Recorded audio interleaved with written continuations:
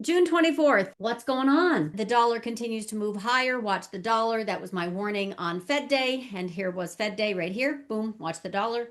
As the dollar moves higher, you have a headwind for equities, hence the pull down, the leverage obviously coming out of the duration trades that are mostly tech, specifically the mania of AI. You can also see gold dumping. We're now below 4,000. And I have 3,500 as an ultimate target short for gold. Miners are obviously taking it on the chin too because the underlying is falling. Also, miners have a high beta correlation with equities, and equities are falling. And crude oil is now coming into that gap fill target of, I don't remember exactly what it is, 68. Right now it's 70. So folks are a little freaked out. Now, yields have not been falling as precariously, but I think that's when we actually have to really, really, really, really focus like laser sharp. And Luke inspired me this morning. He basically did a fabulous write up. You can go over here to Luke's Momentum and Meme Stocks, but his write up is here, okay? And he's talking about the rising dollar as it relates to positioning, trades, and sector rotation. So he does a great job. Now, my thesis of watch the dollar and we're moving higher and it's going to, the rate of change determines the severity. And right now it's picking up speed. So accidents can happen. Let's just put it that way. But he does a great job of talking about, the dollar basket and then how it contracts liquidity. And basically we go into this, the dreaded deceleration growth and decelerating inflation phase. I don't know anything about the quads. I know that's a popular thing, but it's not my thing. But the point is, I do see the dollar rising is deflationary. So we got that. Now, all of this is great and positioning on stocks and safety. And this is perfect. This is why I included it. It's awesome, right? The Home Depots, doesn't matter, XLP, the importers, for sure, the exporters, he talks about it all. Definitely read it. What I want to focus on is what happens after the dollar stops rising, because I think we need to time this a little bit with yields. And I know that sounds crazy, but I'm going to follow up a little bit more detail on that. Just suffice it to say that right now, the oil market always overshoots. Right now, it's to the downside. The dollar and yields can crash after. So dollar's rising right now, but later the yields can fall. Bond market smells the rising dollar and rising short-term rates. And I did something that I know many will think is a chart crime, but I don't care. This is an inverse head and shoulders, very bullish on the 6 month, coming up into that kind of 4.25 area. And this is the 1 year. And I didn't have time to do the 2 year, but you get the idea. So I took these prints that come from Wolf Street and I annotated where I think obviously we're moving in the short duration and specifically eyes on the prize for the 2 year. The 2 year, once I think the dollar stops going up, the 2 year stops going up, we're going to move lower with both. And that's when we're going to have that next inflationary impulse. But that's not right now. Right now, we've got some equity weakness, and I want to just identify again. Micron reports tonight, critical, because it is a sentiment play. It is the golden child, and its forecast third quarter EPS has risen 640% in 12 months. I got that from Bloomberg. So everyone's long. And then we have PCE report Thursday pre-market, and it's expected to be hot. I expect it to be hot, hot, hot. So we'll get the 2 year yield spiking higher, very likely. And then we need to watch for the rollover. That's important. We want to watch for the yield weakness that follows the oil weakness that pulls the dollar lower later. So right now we've got a bounce that could happen, right? We could have, Micron totally delight. Who the heck knows? But I think it's going to hit its head at SPX 7460 before it trounce into 7150. I still see the cues, a gap fill of not if, just when of this 682.77 to 676.73 in view for July expiry. So I had this before that little gap up, right, on Monday, and I said I think it's a pop and drop. And it was a pop and drop. And here we are Wednesday morning. The market's still kind of soggy. And I think that right now, the big picture I want to get across is I don't think the war is done. right? Wars are inflationary. When they end, they're deflationary. I got that. I think we have a little chop and then a drop this summer. Here are the goals. At least that's mine. Big on the small picture as it relates to direction and as it relates to price. And I'm not talking about just the micron tonight, expected to beat, right? Everyone's long, or the PCE expected to be hot and 2-year yields rise and all that jazz. I'm talking about after this dollar melt up, which by the way, it's picking up a speed, it can roll over with yields. And that's what I'm more focused on as the next market timing that I think will have bigger implications for bonds. So right now, we're not going to talk about that. I just want to say, again, watch the dollar was a strong morning last week. Market clearly saw why. Falling metals, falling oil, and weak markets, and especially tech, and soon yields. Okay, and soon yields. I can see that coming. That's the music I hear anyway. All right, hit me up in Zoom Q&A if you have any questions. I just wanted to get that out there. Here's a little dollar again, shimmy, which is hot, 101.7 is where we are on this 2-hour chart, which obviously hasn't been here for a long time. And we can see what's happening with gold. Continuous contract is breaking 4,000. We can see the 10-year yield is also softening, and we can see that the crude oil complex is falling into gap fill. Gap fill, what does that mean, gap fill? It means where we were pre-Iran war. So momentum and equities, they don't know what to do. They're just kind of like Greek statue right here with momentum. There really isn't any, but you can see this dollar complex moving higher on the weekly. You can see the dollar complex moving higher on the daily. Pretty easy to see. You can also see oil is coming, crude specifically, is coming into my gap fill target of 67.90. So roughly 68. That's coming in fast and furiously, right? So they're going to make all kinds of reasons for that. Oh, the war is over. Okay. Or falling global oil demand, or I don't know what. But for me, it's always this dollar is post-war. Right now, this ceasefire, this MOU, or whatever the heck you want to call it, deflation, US dollar rising is deflationary to commodities. And that's going to pull forward some against rising rate hikes, rising rate hikes. Didn't that make a lot of grammatical sense?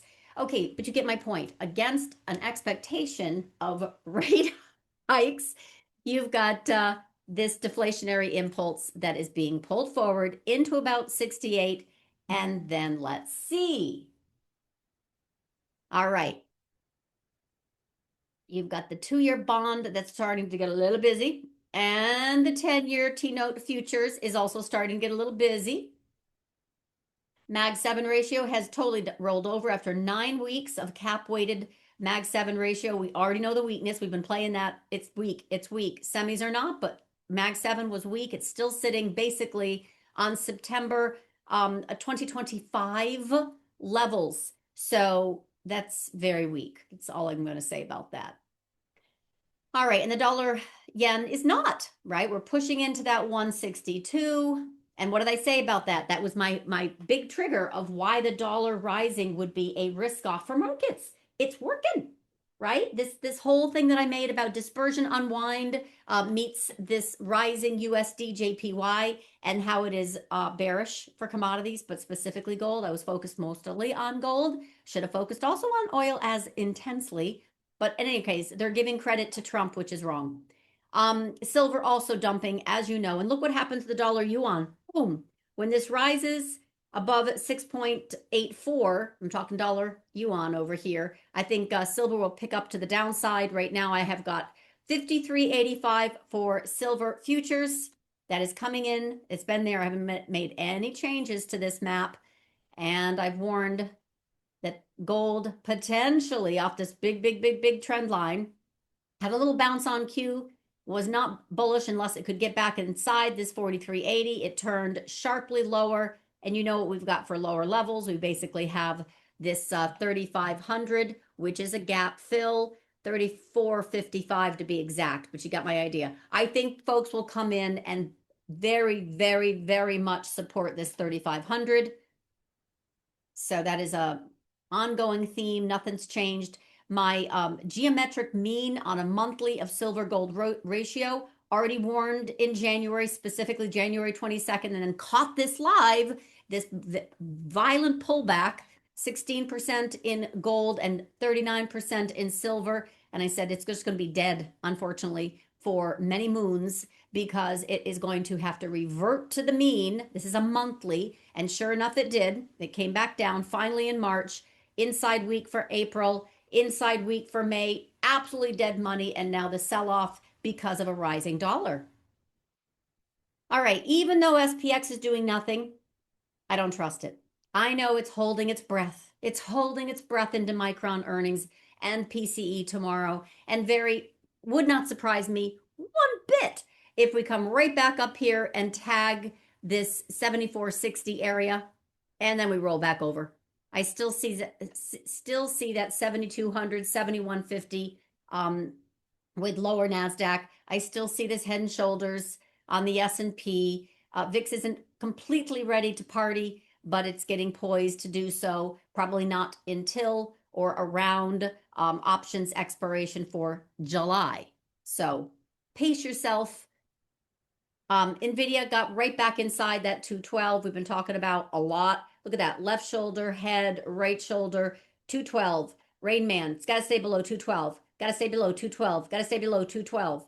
And it is. And it really is. Nicely staying below 212. All right, so now what's going on with the small caps, specifically the E-mini Russell 2000? It's strong because it doesn't have Mag 7, because it doesn't have semis. It's got space, which is suffering, right? It's got solar and, semis of small size that were ramping earlier, but not anymore. It's just quiet. Breadth hasn't decayed in that enough to have it roll over. ES is a different matter. We had perfect fake out, right here, fake breakout, fast failure, and then it got back inside that 75.40 for ES, the E-mini futures, and then it just faltered, and it just still looks soggy. And again, that's because of tech, rising dollar, etc. Here is a growth rotation that we could have in the Mag 7 ratio that I am trying to size up, but it hasn't based yet and turned higher. It is still weak. So this is growth over value, and it basically shows me that it's not really doing anything yet. It is still weak momentum, weak, no support. Could it form into something? Yes, but it hasn't yet. So I'm just going to wait until it does. And this is a semi breakout. Again, fake breakout, fast failure. It's on a daily. It's semi over software. It doesn't mean software is a buy. It just means that some semis got way ahead of their skis and now they're coming back inside this channel. And Bitcoin, who cares? But it's really, really falling over because it has no sponsorship. People love manias over boredom every time.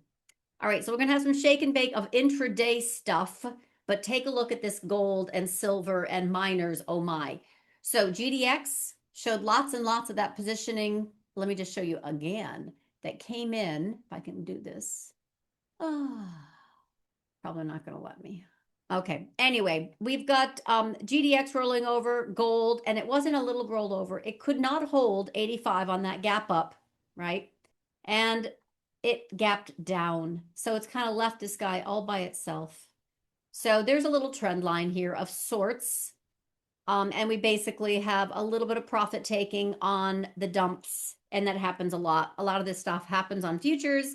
And then they basically monetize the puts. You can see GLD is sitting on 370.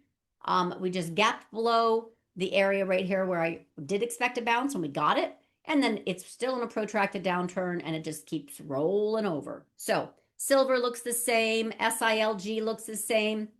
Basically, that which was the breakout here, end of November, December, January top, is now been revisited. So we have unwound, and here's my warning. I know I say this a lot, but the first time, and I'm always on a weekly, first time it bounces, second time it breaks, and this is actually the third time. So it's really had a good opportunity that has not been obviously able to, it didn't break all the way down here.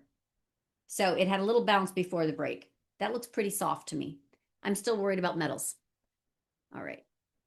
What is moving today? Oops, well, we know silver is hit. We know oil is hit. We know copper is hit. We know all the metals and mining. Remember my XME?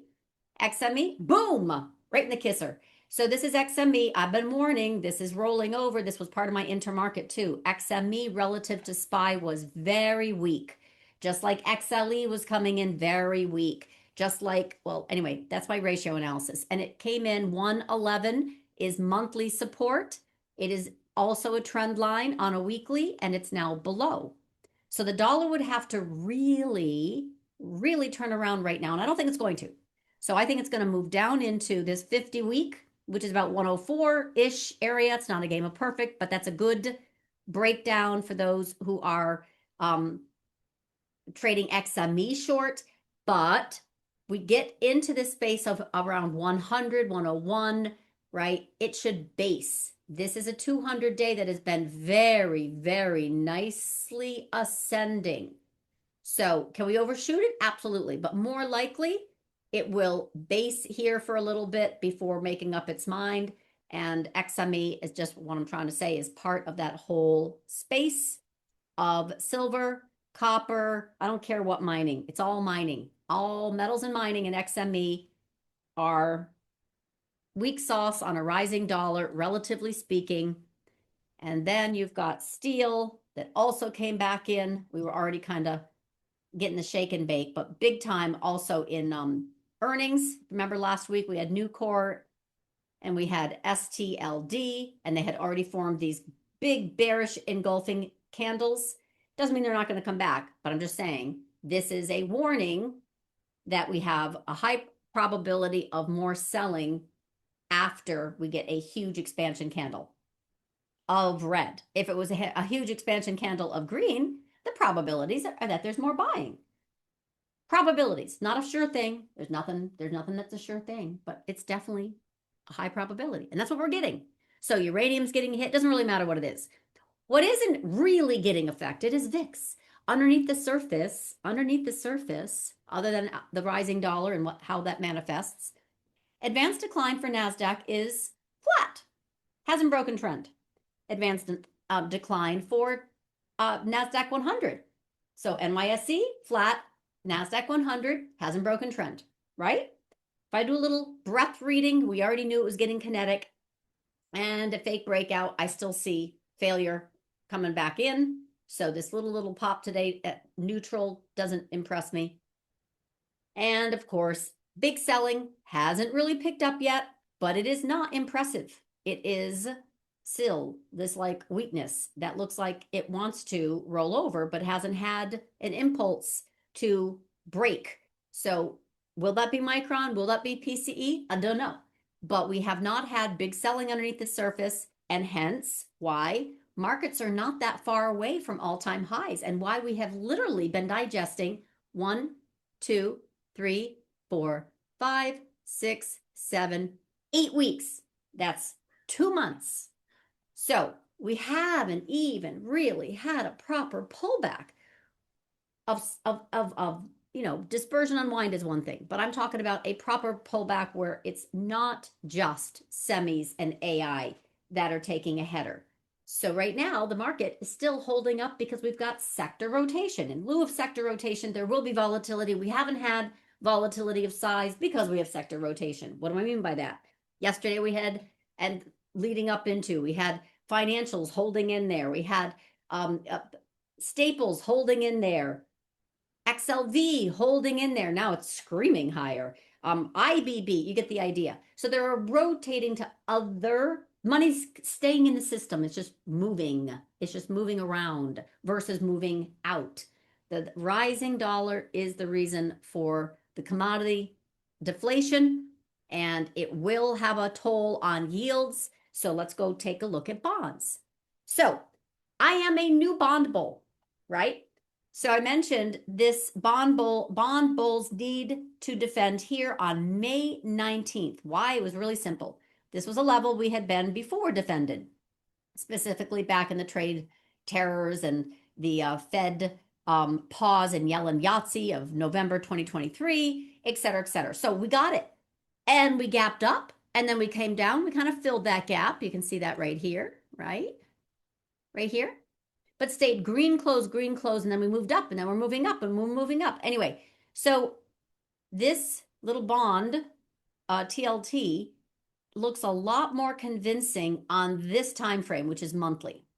So this is for a bounce. This is not, big drama here. I'm just saying, look at the monthly. I got monthly back here again, November 1st, Fed pause, Yellen Yahtzee, all the way to the drama of the tariff terrors, et cetera, et cetera. And then here we were again. There was no intervention per se. Dollar started moving higher. Commodities started, and by the way, Trump will take credit for that. He'll say, I can control the dollar like a yo-yo. So dollar goes up, commodities fall, and we've got bonds that are getting a lift. So I've got this on a monthly time frame that is still where we need to stay above. Let me kind of bring it over here. It's really messy, but let me just show you on a weekly time frame. We've got a move up into likely 88.5. I wouldn't be surprised, right? We really, really fell out of bed. Now we're trying to make it back into the mean, which is about 88.5. We're 87 right now for TLT. 88 is the 200-day. Maybe we pop above it to 88.5. The point is we have likely some bond busyness for a reason with falling yields and longer duration. Here's your 30-year. It did not get and stay above this critical white line. And then it came and gapped down below the quarterly. So for right now, this is still, right? You can see the higher low, higher low, higher low, higher low, but it's still coming into 4.8. So 30-year looks like it's coming back into 4.8, and that should be good a little bit on the home builders and the Home Depot, which we've already recommended strongly. Home Depot off the 293 because it was monthly, and I really like the company and the earnings. And by the way, that's the 400 week, and this company's not going to go away. Nope. And there's home builders. We already talked about that. Also a monthly, again, on falling 30-year Treasury yield coming in 4.8, not 48. Sorry, this is charting software. It doesn't really tell you. Just move the decimal to 4.8. And then TNX, which is the 10-year Treasury yield, is coming back in for probably a revisit to this 4.3 area. Wouldn't surprise me. What's more interesting is the 2-year. I can't show you here, but you can see the 5-year. These are all deflation impulses. Does this negate the long-term trajectory of rising yields? No. It is a deflation impulse on a rising dollar, and it's pulling commodities lower. And right now, that PCE will print high, and the 2-year probably will spike, and then it'll probably peak, it'll probably roll over, and just when everyone's pricing in rate hikes, they'll start to have to say, oh, maybe we were wrong. Maybe we're going to get rate cuts. It's going to be crazy. But the point is, they're always behind. The market, the Fed, it's a thing. So right now, it still doesn't break and fall apart just because the 10-year comes back to this 4.3.5 area. It doesn't. But it is a deflation impulse. I just want you to kind of keep in mind. All right, we already talked about the 5-year, that's holding, and I can't really show you the 2-year with this charting software, but I can show you the rising short-term rates, which are getting really, really busy. And I mentioned this in my write-up, which is here, okay, which is basically this short duration. Here's the 1-year yield. It's moving higher. Here's the 6-month yield. The one I was just showing you was a 3-month. It's moving higher on my charting software. But the point is, these inverse head and shoulder annotations I added to this chart. This is where I see it going. So T-bill yields, this really short duration stuff, they're still negative in real terms. I think the goal of Warsh is to get the longer duration, 10-year, into a negative real interest rate regime, which is very bullish equities. I still think that will be the goal later. So right now, dollar rises, stuff contracts, liquidity, commodities fall, that's deflation. Then that gets priced in, and then we can go back to falling dollar, rising inflation, and probably war by the midterms or the day after. Anyway, that's the 3-month. I showed you the 6-month. I showed you the 1 year.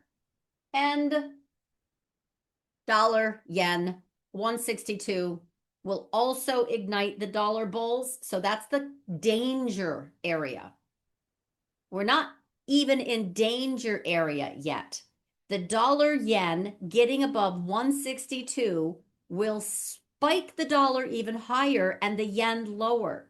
This is absolutely where I expect them to come in and do intervention. I talked about that. And I did a write-up on that. And what was my comment? Hold on, let me get that. What was my comment about?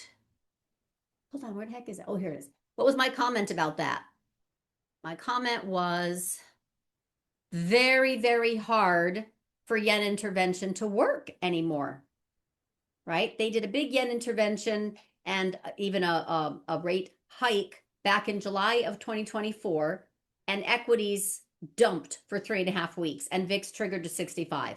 They just did a hike as expected. It was 100% priced in, even though what UATA was in the hospital and they didn't push it out. They did it. And ECB and the rest of them, they did it too.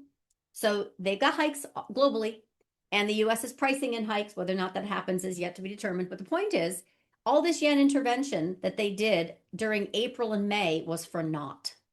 It kept the yen from falling precipitously and the dollar moving higher. But and then Besant went and talked with their folks, right, for an hour.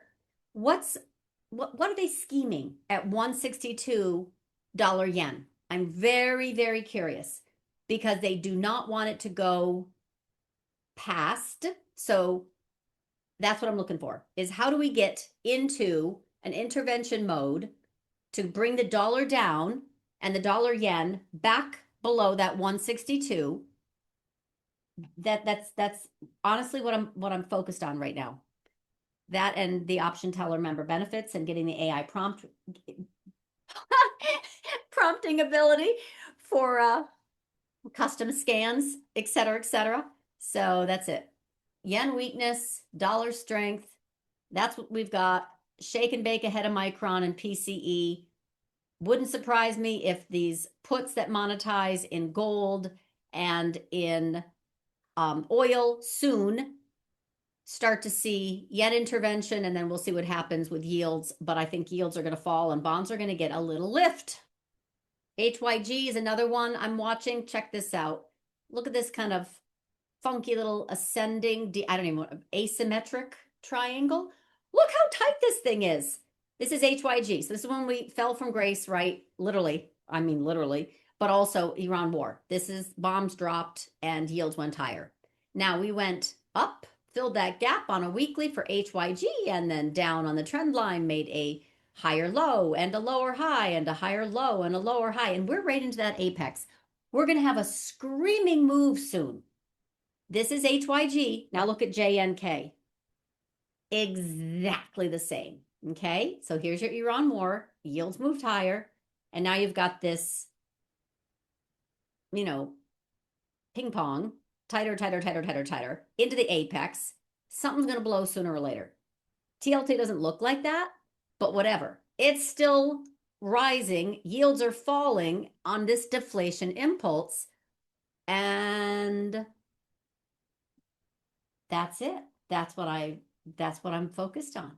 Trying to get something fixed here. Okay. And my mother's calling me. What's going on? I'm here, honest. I had my rant.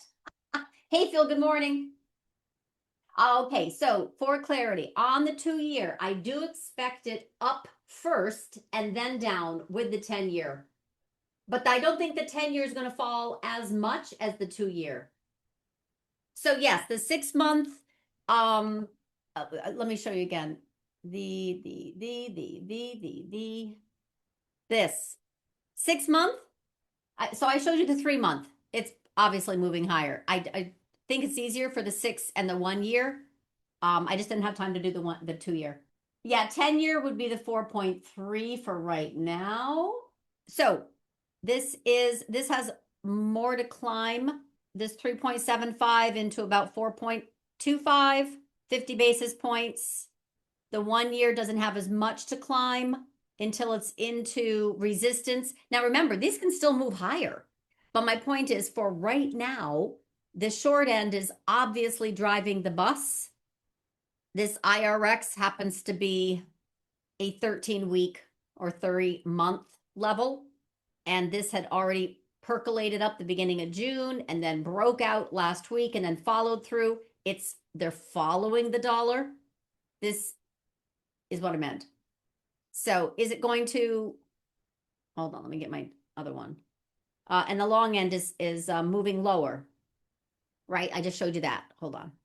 There it is. So the short end is moving strongly higher. All the tenors of the the short end. And the middle right here is just kind of sitting here. It's red, the 5-year, but treasury yield, but not so much, right? It's still above the 10-week. What has pulled back is the 10-year, coming back into that 4.36 area, which is why TLT is having a little, bullish bent into this kind of, I think, 88.5. Let's just see what happens then. And the 30-year is falling the most. It's down 1.5% today. It had already broken the 10-week last week. And that's helping XHB. We've already moved from 94 into 114. It's helping Home Depot, right? I'm sure there are others, but those are the only two that I personally recommended. So short end is rising, long end is falling, as this 2-year, which I think is more important to focus on right now, since everyone says, the Fed shouldn't even deal with rate hikes and cuts. They just follow the 2-year. Well, right now it's moving higher, and it could be, I don't know, Tahina, if it tops tomorrow on PCE, which will be hot. I'm expecting that. We've seen all the data come from the Fed too, right? The data, meaning Warsh, in that dollar that I just said. Here, hold on. Right, I talked about this. This is the FOMC expectation of PCE, and March was 2.7. Now they see 3.6. That's a lot of movement. So I do expect the PCE tomorrow to come in hot. Long story short, that's why I think bonds are moving higher in this kind of chase momentum today, which you can see. Hold on, sorry. Got to get this out of the way. Which you can see with TLT, right? This is a little excited. And now look at the home builders. Oh my goodness. Now KBH is up 16%, and it must have been earnings. Let me go look. It had to have been earnings because that's massive. Oh, BLDR. Remember, Antonio already said they have 95% of their business is business to business, is B2B. Very nice. I don't have the morning report, so maybe the closing bell will tell me if we had KBH earnings results in. Don't see it. But we're having issues with the market anyway that have to be dealt with around private credit. That's a big deal. Private equity too. Apollo is gating redemptions. We know this. Owl taken out to the woodshed. Blackstone also in distribution. Who's the latest one? Who's the latest one? Morgan Stanley. Yeah, just yesterday. I literally just tweeted this, that Morgan Stanley is now gating redemptions. Let me find this. That's news. I think that's news you can use. Oh, here. This is kind of important, but it's not talked about. I haven't written about it. I know Jeffrey has, so I haven't had to. Point is, wealthy individuals look to race out of private credit funds. Did I write that? No. Did not. Right here.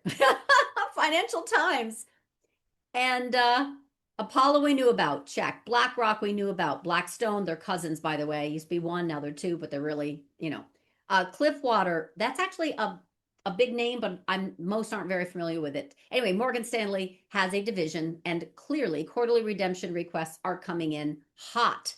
So yeah, it's a big credit market, and it can absolutely create drama in all that it touches. But for right now, I am not focused on the what ifs. I can see the dollar moving higher. That was my warning. And that would introduce some drama. And right now it's getting tapped back a little bit. The drama has been very deflationary for oil. I think yields are obviously not holding anymore. And this is my reason for writing this morning. Lots of the trades that Luke presents are solid, right? That's why I wanted to share it. It's an excellent write-up. I don't know if the dollar is done going up. I have higher levels, which I've given you, but I think they're going to try and intervene with a dollar yen intervention, which would bring the dollar back in.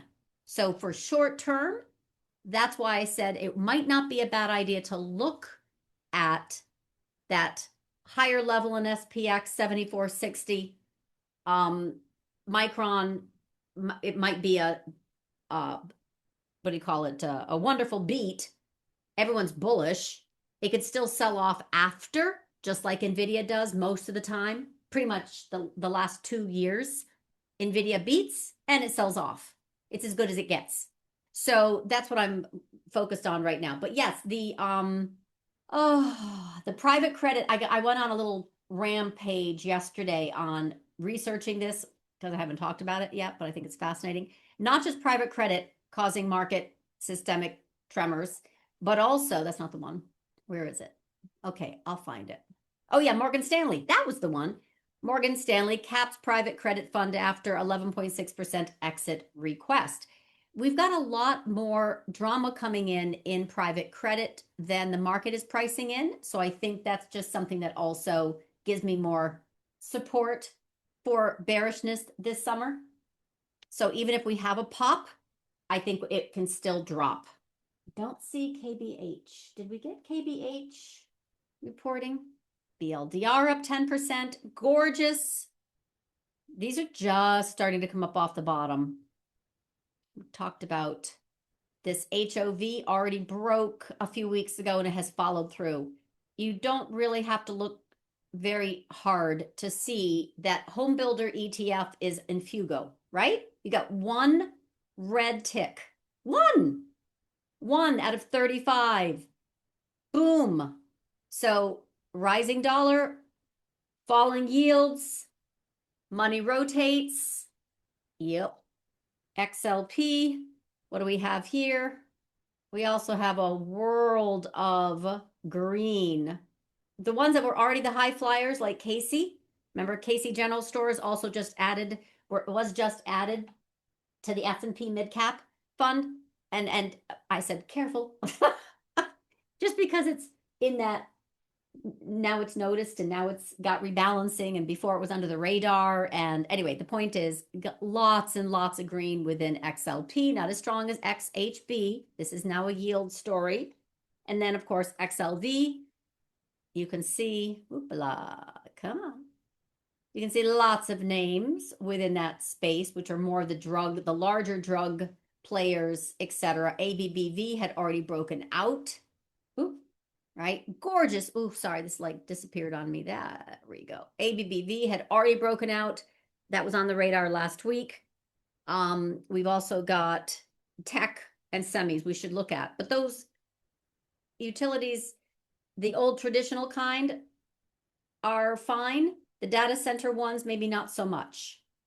So what we have today is a very clear sell-off in oil. We could be getting to some capitulation levels. Again, that 67.90 or something was the gap fill. Okay. Anything mining is getting hit. Anything energy related is getting hit. Anything commodity related is getting hit. And what is not is basically towards the end. SPY is still holding up because we don't have a breadth breakdown underneath the surface. We don't have volatility, right? Volatility is actually red and inside 1929. Volatility of NASDAQ is also red, still sitting at a very high level. VVIX, which is volatility of volatility, is still underneath the 10-week. So we don't really have a volatility regime because we have a rotation regime. And what's absolutely exploding besides ARC Genomics, right? Which is, again, you got a lot of names within the biotech space there. It's ITB and XHB are clearly liking falling yields. $1 moving higher is not so friendly for folks that are abroad wanting to sell here. So this is, we'll see what happens. But point is, we definitely have right now rotation. I think XBI is more M&A focused, but I mean, even XRT is pushing higher. We've got probably, I wish there was a restaurant ETF. Luke, is there a restaurant ETF? That would be fabulous. I don't know if there is. FDX, FDX is done, and of course, it's a lot of noise because of the spinoff. Yeah, tomorrow we have FDXF freight earnings. The FDX earnings will be a mess for a few quarters, but the FDXF should shine. FDX, FDXF. It's in there already. Oh, yes. Yep. Okay, so FDX coming back inside that 320 is monthly resistance. It's not a good look. UPS hasn't gotten above. Let's go see real quick. Semis and SPX and all that stuff. Okay, so semis are still weak. It's only down 0.5% because it's just kind of hanging out for Micron. But check out the fact that it's coming into that 21-day, which is still baseline bet. We've already cleared and made a bearish engulfing, so probability is high that it will continue lower. I'm talking S, M, H, and on 600. I bet the 600 puts are busy. I bet the 600. Yeah, look at the pullback to the mean. These are just reversion to the mean trades, by the way. So if when this dollar ramp ends, and by the way, that's pressuring the precious AI concentration risk.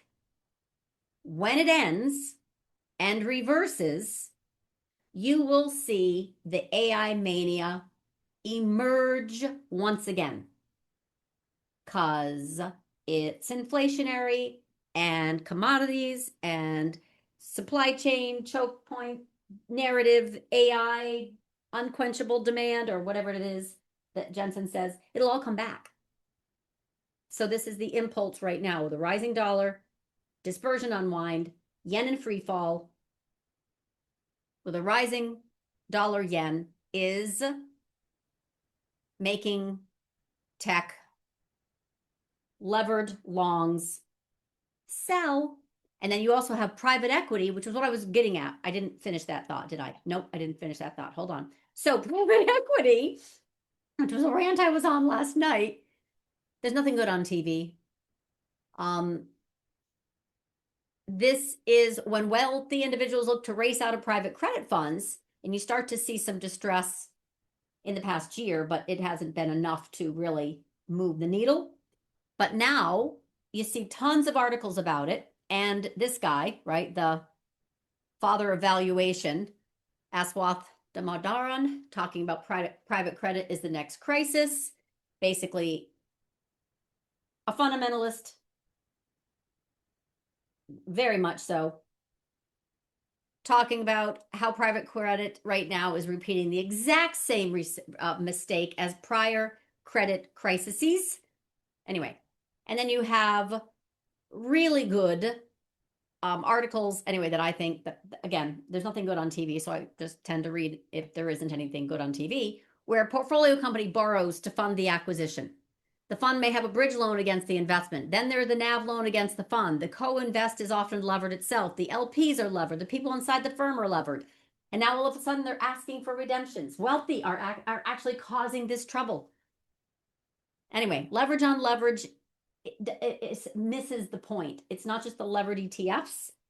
It's the individuals within and the firms within and the private credit entities that are not marked to market, and they're asking for an exit ramp while they still can. It's starting to kind of interesting, vibe. Let's just put it that way on private credit concerns, and why I can see More shake and bake this summer. All right, you want Apple. Apple has that bear flag I warned about right here. It doesn't look bullish. It doesn't look like it's going to fall apart, but that bear flag is working slowly.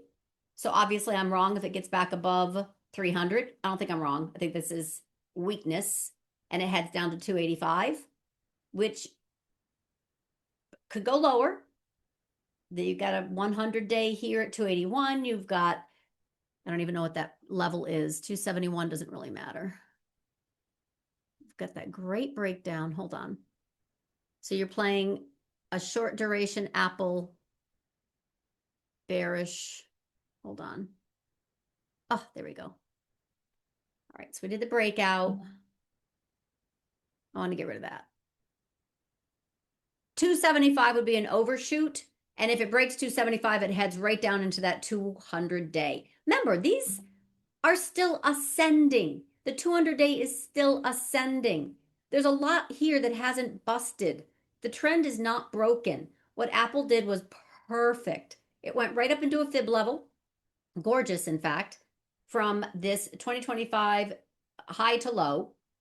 And it reached the 127 fib level, pulled back, reached the 161.8 fib level, and pulled back. That's it. This post-conference, whatever the heck it was, plus all the green on the scene, it was time for some digestion at a fib level. Even though it's blue skies, it did a great job, and then it tanked, right? But it hasn't broken the 10-week. I think it's going to break the 10-week. I think it's going to go back to that 285. So I still have 285 on the short duration for Apple, and Mag 7 overall is still weak. We've talked about that. Right now, Mags is right on a little bit of support, but not a lot. It's a little worrisome. Amazon, I already gave levels on the short there. It's a little bit supported at the 200. I don't think it's going to fix it, though. Microsoft, so sad that it is now back to 367 where it needs to get supported. Google, still rolling over. It came down into 349 and now it's broken 349. It's really all you have to know about it.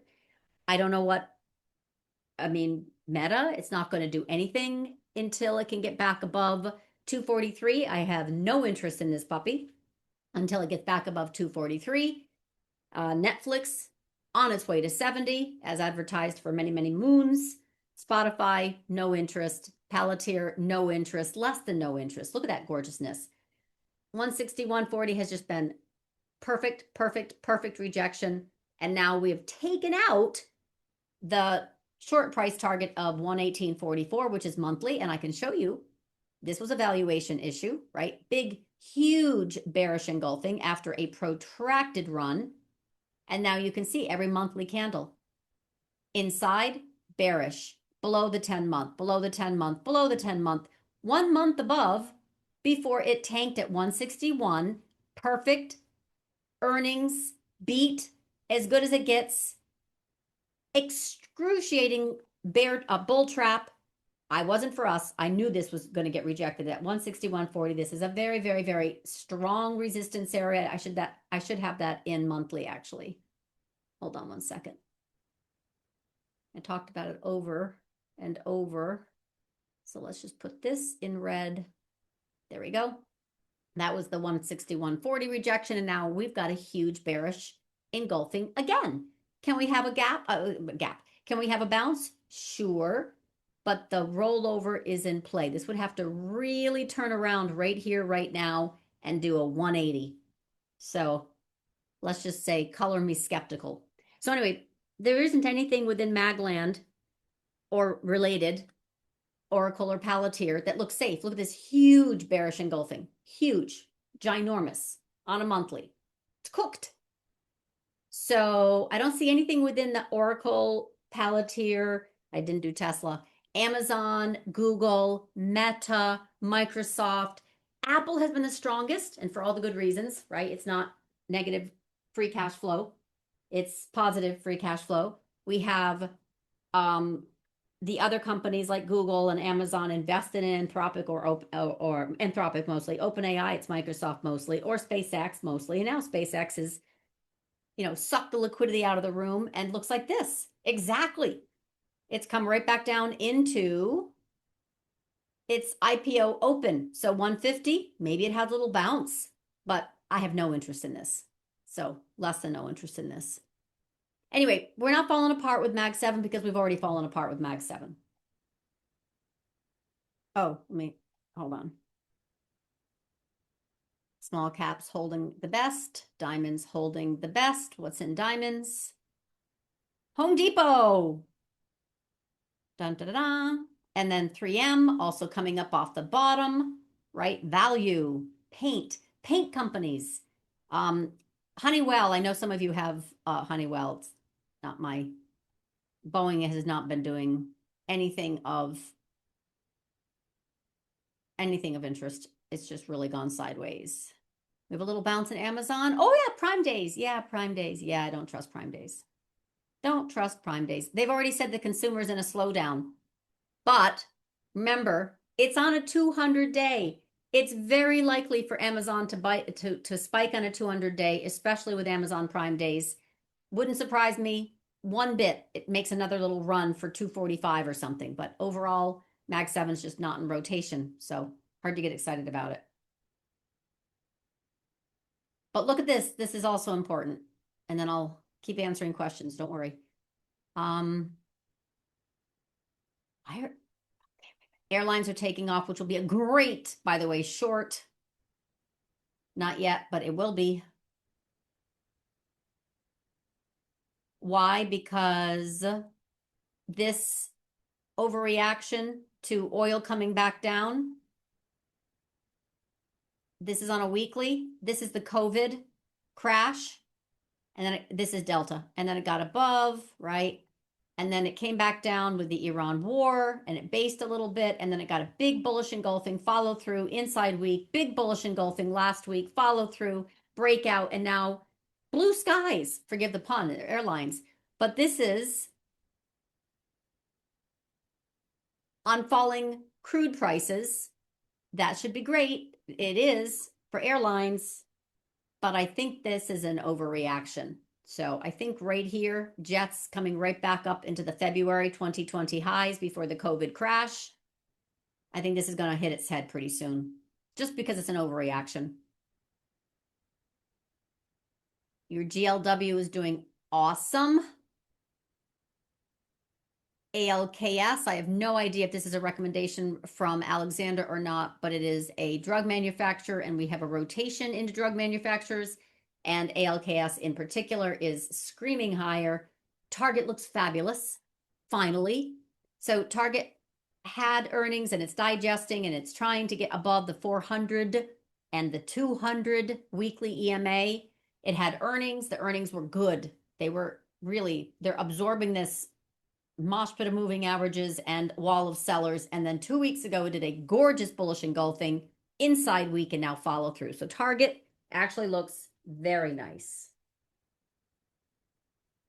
Hood right back down to 98. This is where it's going to be for a few weeks because that 200 is rolling over. Target, on the other hand, look at this 200. That's what you want to see in a descending 200. It stops going down. Took a while. It's taken all year. Thank you, Michael. All right, so they fixed something in OT that was bugging me yesterday. I would say just have them deploy it to the main app. Please, please. You say it's fixed, have them deploy it. I would really appreciate that. No need to delay anymore. Got to get all this stuff done so I can move on to the next. All right. Oh my God, you're Wendy's. Oh, what the hey? Okay, so Luke recommended Wendy's. What on earth just happened? Restaurants. So anyway, I'm running Russell IWV, which is Russell 3000. And so you can see a very big surge in KBH. But look at the restaurants. Jack is coming up off the ground. RKT is mortgage. So that's why 30-year falls, RKT goes up. It is inversely related. BLDR, Antonio, spot on. They feed. They do business with the home builders, which are running right now. Even Restoration Hardware and the rest are having their, excitement. Wayfair and the rest. Nice, nice, nice. So restaurants are doing well. Mag 7 is not. Oh, semis, yeah, still weak. And I think the weakness persists. I didn't even look at EWY and the rest, but I gave those levels yesterday. Weakness, I think, will persist. SanDisk, Micron. Well, Micron's hard because it's got earnings. But anyway. Don't like that shape. So we're going to have a big move in X yields, but specifically HYG, JNK, and we're already having short duration move in TLT, which by the way is extended right now. So they're running up. You know how banks, Tahina, ran into the FOMC? And I said, careful. And literally on FOMC, they stopped going up. That's what TLT is doing right now into the PCE. Patricia says, the day has come on news. So SK Hynix ADR, I'm taking profits on 50% of my Micron position. Congratulations. Yeah, SK Hynix had some news yesterday about moving, was it to DRAM? More focus on that versus NAND. Anyway, I'm not technical. I cannot possibly remember it in detail. So what you got? What was the news on SK Hynix that caused you to take your profits? SK is increasing production on memory. They had been resisting. By the way, that's another really important point. One of the reasons why TSM is having a pullback of size is because the Taiwan market was up 100% year to date or what have you, right? Leverage unwind, profit taking, remember bulls, as long as they don't look down, they don't get a case of vertigo. The other is what Patricia is highlighting in SK Hynix. Very important. SK is increasing production on memory. So her reason for taking profits is because the mania will fade on that. Because right now, lack of supply, driving up price. Look at this. If TSM was to ever tell NVIDIA, yes, we agree to do more than 5% increase year over year. That's what they say. They're only going to do a 5% increase year over year because they don't want to flood the market. They want to keep prices nice and high. Congratulations. You did a great job with that. EATZ was the restaurant. But by the way, be careful on TSM because of this very large bearish expansion candle. So if it comes back in 438, we're still bullish, by the way. Nothing has broken for this trend. So remember, keep big picture here. There's TSM from the trade tariff intervention in April. And then the short covering and, all kinds of manipulation. But the point is we also have AI extravaganza. We also have the memory shortage. We also have, I could go on and on and on. There wasn't really any expansion candle. There were little pullbacks, of course, because we had some macro triggers also that caused some pullbacks. We had $0 club weakness. We had other stuff take off. The point, like this most latest one, that's war, right? That's a pullback. But that's a big expansion candle. That's a big expansion candle. And it's going to become even bigger this week if we break 438. If we break 438, where does TSM go? It's going to break 430. It's 440 right now. My bet is it would come all the way down 422. So that would be the end of this trend if it breaks 438 this week. tags 422 area, even if we close at 438, I don't care. But if we break it in the next 2 days, 3 days, yeah, Friday, duh, it's Wednesday, Thursday, Friday, 3 days, then that's going to set up a ginormous bearish engulfing candle. And so the momentum will fade.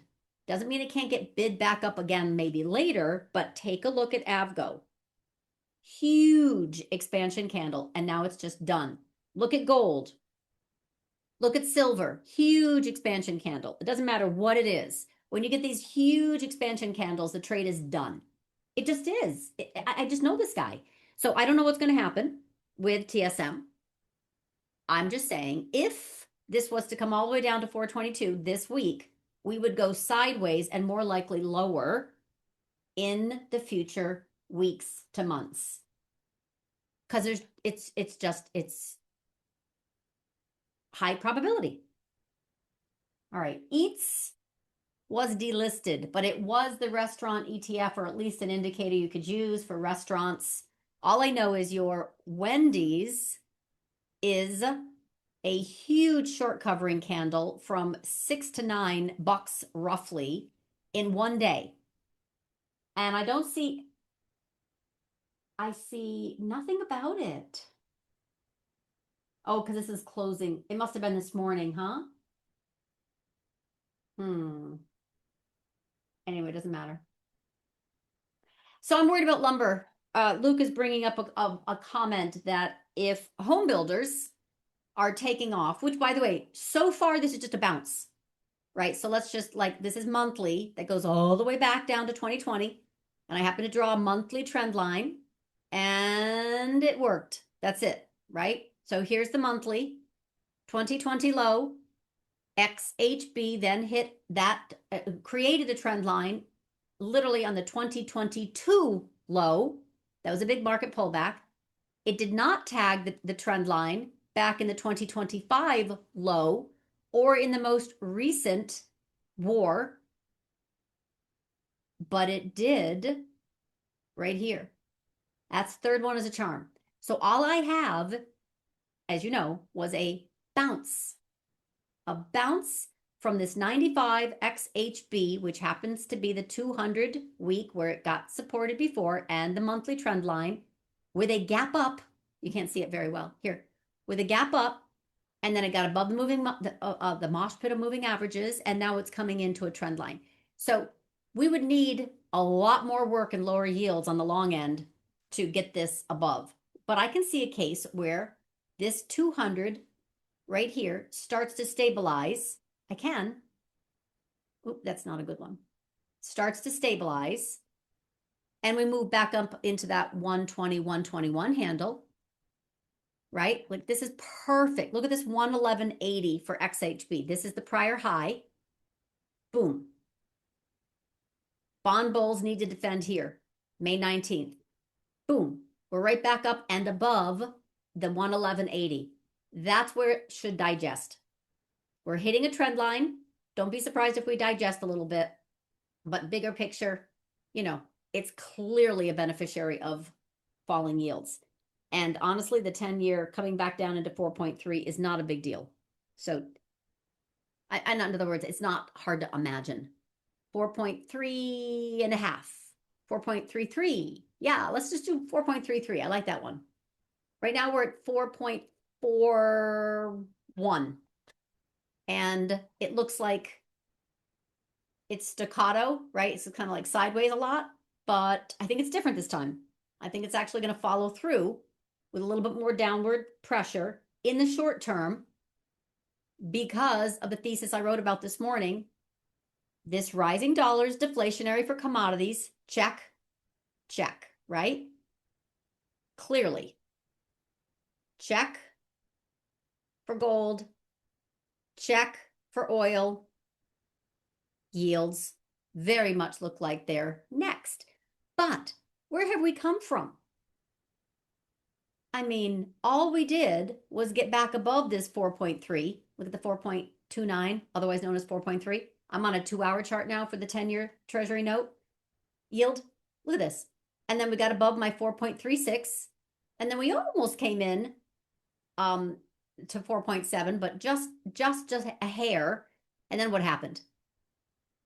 Memorandum of understanding. Okay, so we came back down, made a little bounce, made a little trounce, made a little bounce. Now we have a different regime coming back in. Looks very much like we're coming back down into this 4.33 neck of the woods. And that's all. I'm just looking at it as a short-term 4.3 in the 10-year, thereabouts. And then I want to know what's going to cause HYG to move out of its apex, because it's got maybe a week left before it has to do something, before it has to make a big move. JNK, same. Something's going to happen in those two things. So, home builders, BLDR, Len, XHB, Home Depot, they all look great. Some of them still have room to go. One material that is underbid and clearly undergoing some very different price action, Luke calls out, is lumber. So Weyerhaeuser is one way to play. Wood is not a great ETF, but Weyerhaeuser, if I remember correctly, is, hold on, let me check something. Hold on, let me just, I saw some news on Weyerhaeuser. Let me just check. No, Westinghouse, never mind. Westinghouse is co-owned by CCJ and BAM, so wrong company. WY is definitely a value play, obviously invested in lumber products. Let me bring up a lumber chart. Give me a second. Lumber. Oh, there it is. No, we're still sideways. I know. This is an ugly chart, but I'm going to show it to you anyway. So we're still sideways. I think Weyerhaeuser, I'm saying the wrong name, WY is a great idea, Luke. I like that name a lot for lumber, but I'm not expecting lumber to do anything. So this is board, you know, I don't want to, it's spot. Thank you. Spot lumber price. We had our COVID craze. I can't show you, it's way off the mark over here. And then obviously that deflation impulse. And then we just went sideways. So sideways is in this 500 to 700 range. And we have not cleared it. I don't think it's so much of a risk. We break 500, it's deflation. We break out of 700, then we have another problem on our hands. But right now we've just gone choppy. So lumber itself is not I don't see anything from it. I just see a whipsaw of sideways. But your WY idea, I do like value play. This is also a behemoth. This company's not going away. It's a REIT. It's not going to move like Jagger. It's more, I bet it's got high dividend yield. Does it have a dividend yield of size?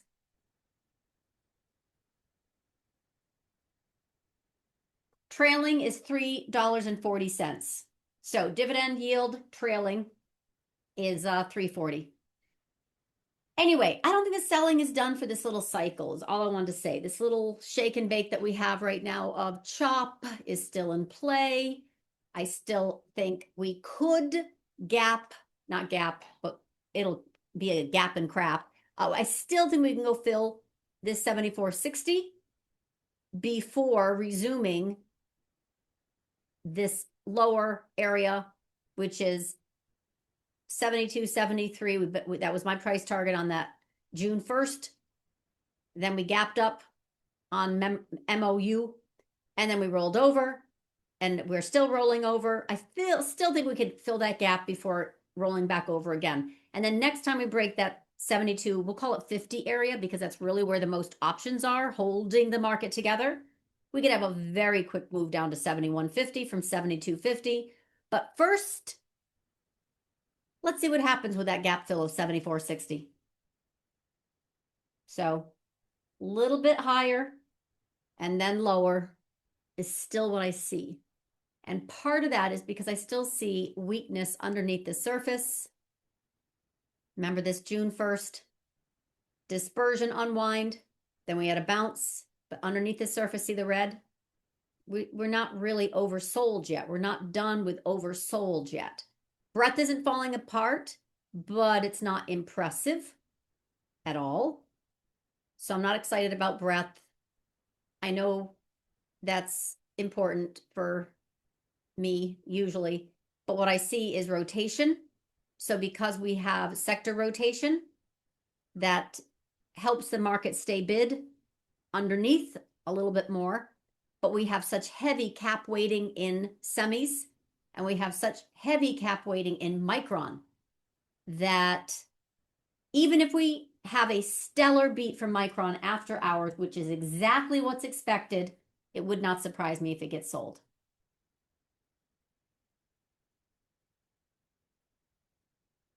Any other questions? I know I put a lot out there this morning, kind of like time frames matter, but I did try to explain the rising dollar, deflation for oil. We've got $2 lower in crude before we've got the pre-Iran gap fill. Lower for gold, especially. Could not get above that 43.83, right? Boom, that was FOMC day. Watch the dollar. We had to get above that to move higher. And that was FOMC day. Watch the dollar. And it has moved lower with miners. Option teller also showed you big concentration of bearish positions that just came in June. They were right. Dollar's higher. Gold and miners are lower. XME has rolled over. That's a big one. I don't think that's done. That does not look done. So I don't think the dollar's done. And USD JPY moving higher. That does not look done. So I don't think the dollar's done. But ultimately, I'm going to be watching the dollar reversal on a 2-year yield spike reversal. We're not there yet. And 10-year down into 4.33 works for me. Oh yeah, I did also give dollar.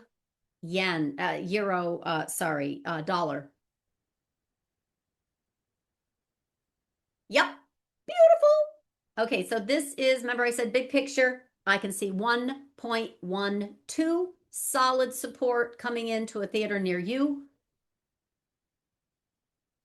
Now, once we get there, this is so messy. Let's do this. Once we get to 1.12, hold on one second. I'm going to do this. That was a gorgeous cradle formation bullish. That's resistance. We have quarterly resistance also at 1.21. I just happen to know that. So let me just do a fib level on here.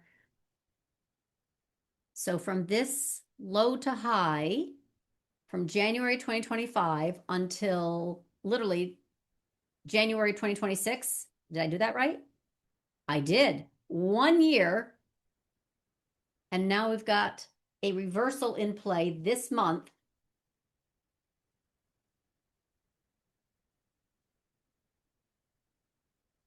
I've got 1.14. I think it's going to take out 1.12 and head down to 1.14. 1.12 to 1.14. And then let's see.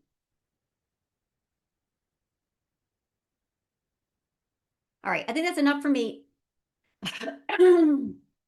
Excuse me. Okay, Rohit, I forgive me. Hold on. Valaro. I can see consolidation, but it is below the 10 weeks, so you've got to protect if you're long. Absolutely. MPC, same thing. PBF, same thing. Sorry. For trend long folks, they don't care. But they're definitely sideways with oil falling is making it very hard for them to move higher, but their margins are gorgeous. So I still think big a pig, sure, they're fine. But I also think XLE is going to be fine in time, not right now. We're in a deflation impulse, dollar higher, oil lower, underlying rolls over, etc. If I put this on a monthly, and I can show you with, XME, how we relative to SPY were falling, right? So on a monthly, this is coming back down into the 10-month. Where is support? Where it should start to get, I'm talking XLE, right? This was a big monthly lever, 49.49. I have this on another chart, but it's too busy, so I'm just going to kind of do this. So it got above critical level of 46.63 and then 56.15, which is the protect. If it breaks below 56.16, I'm on a monthly for XLE. Gorgeous. That was before the war. That was the war. No, that was before the war. That was before the war. This is the war. So then we've got April 8th, ceasefire headline, and everything changed. Equities then went higher, growth led value. So we had a really nice value rotation. November, December, January, February was stunning. And then the war pushed that all back down. Big inside month, 56 protect 2. That was the key. And now we are, hold on.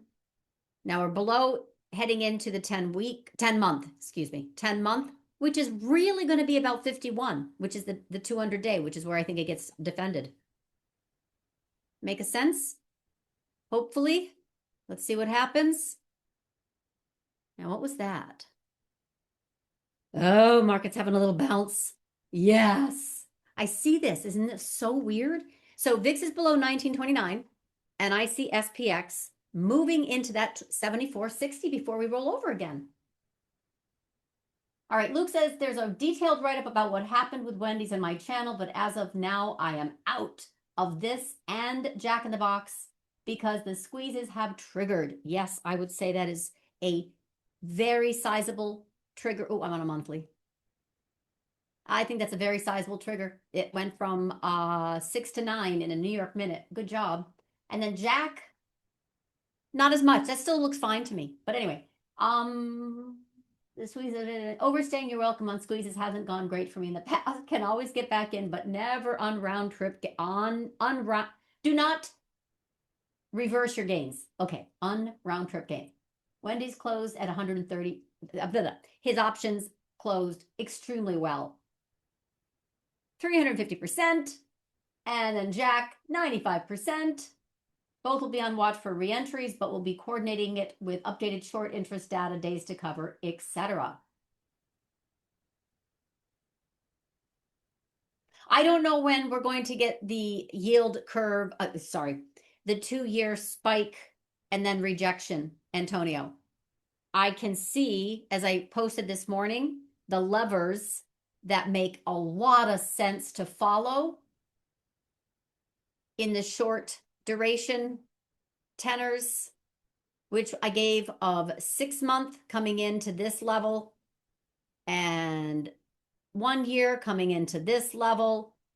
So I still think we have a little bit more to go before the short end starts to roll lower. And I'm a little worried about oil at the gap fill, because gap fill meaning crude, 68 roughly, the pre-Iran war crude pricing. Do you know why I'm a little worried about it? Because if we're going to unwind, the market's still pricing in surplus and all that jazz, which is kind of crazy. But the point is, if we're going to unwind on